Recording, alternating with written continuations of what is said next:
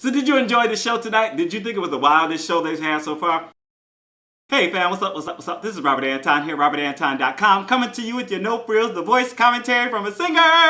And it is the 5th night of the blind auditions, and the teams are really coming together. Who do you think has the strongest team so far? Tell me down in the comments. Carson promised tonight to be the wildest night yet. I don't know about that, Carson. I was okay. It wasn't that wild though. What did you think? Tell me, tell me, tell me. But let me tell you what happened tonight and what I thought about it. Here we go. We started out with Johnny Gates. He was 31. He did Maggie Made by Rod Stewart. Adam and Blake said yes. As soon as the music started, he didn't even start singing. They just heard the music. Was like, oh yeah, I want to hear this song. He had a really cool vibe and was kind of pacing the stage, but also really into the lyrics. Just comfortable and confident and doing his thing. Wasn't pushing or anything, just letting it all flow out of him. All the coaches were bopping their heads. Then Gwen and Blake chimed in, and Alicia turned just before he finished. Alicia called his tone outrageous and said his energy popped through the whole place. Gwen called his voice incredible. Blake said he's headed toward the Jagger kind of stage presence,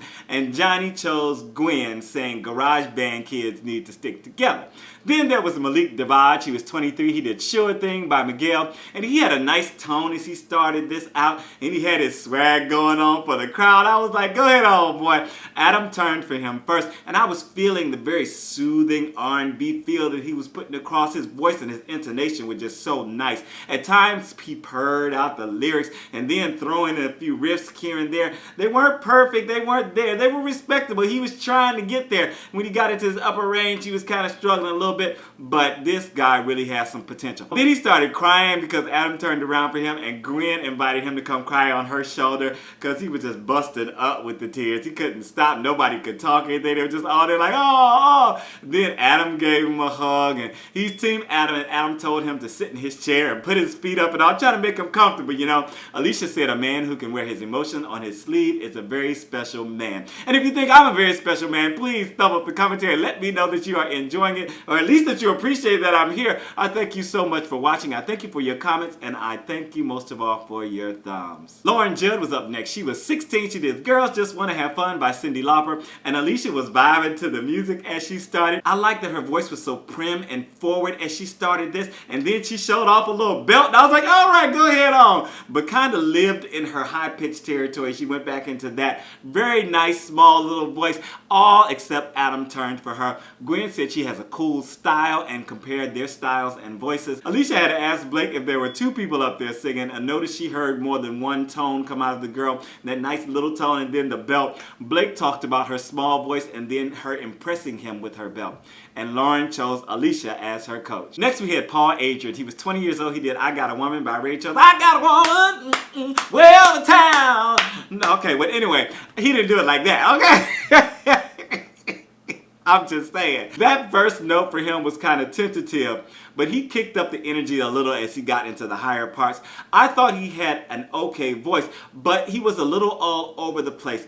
His breath wasn't quite there for him, and he often felt like he was kind of shouting without much conviction. And I was like, he needs a little more connection to the lyrics and telling the story in order really to get into it. He sounded young to me. He sounded young on the song, like he didn't have the emotional maturity to do it, but his voice was okay.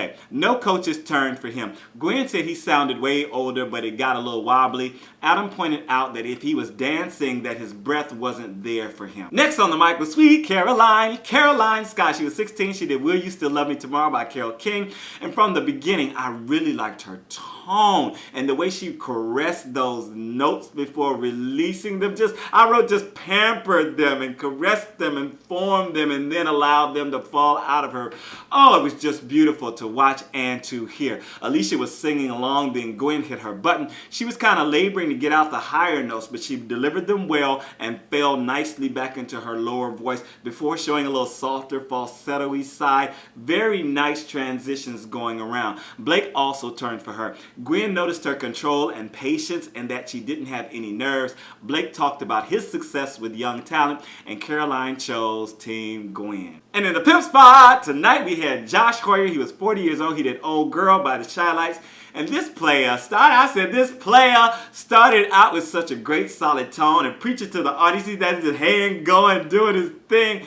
And I could see him picking out people throughout the audience and actually performing to them, which is like the best way to really like, one, get over the nerves, but also to make a connection in your song. To sing to somebody and actually tell them the story really brings out extra nuances in what you're doing. Was loving his comfort, and he had a nice gruff to his voice. Gwen and Blake both turned for him.